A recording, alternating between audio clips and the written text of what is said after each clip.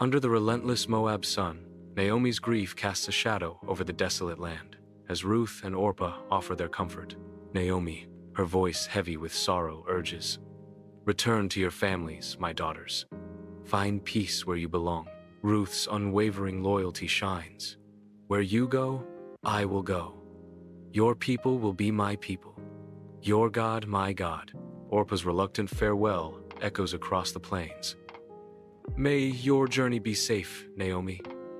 I must go back." As Orpah disappears into the horizon, Ruth and Naomi, bound by destiny, set their sights towards Bethlehem. Ruth and Naomi arrive in Bethlehem, their faces bearing the marks of a long, arduous journey. They stand out starkly against the bustling backdrop of the town, their poverty a visible burden. With resolve hardening her gaze, Ruth prepares to seek permission to glean, her spirit unbowed by hardship.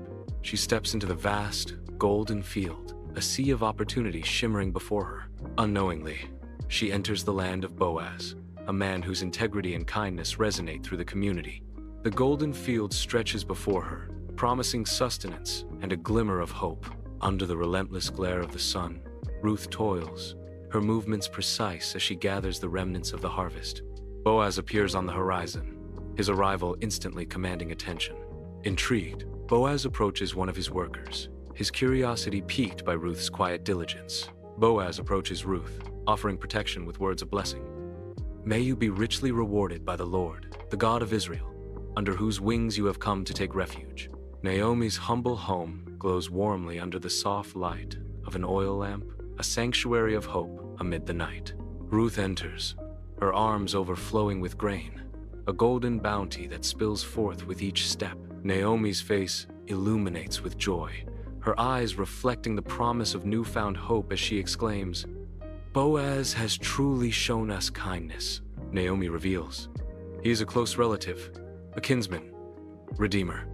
He has the right to redeem our family's property and provide for us." Beneath the starlit sky, the threshing floor is silent. Ruth follows Naomi's guidance, moving softly toward the sleeping Boaz. Ruth approaches Boaz with humility and whispers, "Please fulfill your duty as kinsman-redeemer." Boaz, stirred by Ruth's virtue, responds with solemn assurance, "I will help you, Ruth." A promise hangs in the night air, sealing a bond under the watchful stars. At the city gate of Bethlehem, Boaz stands tall, encircled by the venerable elders, sunlight casting long shadows. Intense negotiations unfold as Boaz confronts the relative, their exchange fraught with the weight of ancient customs.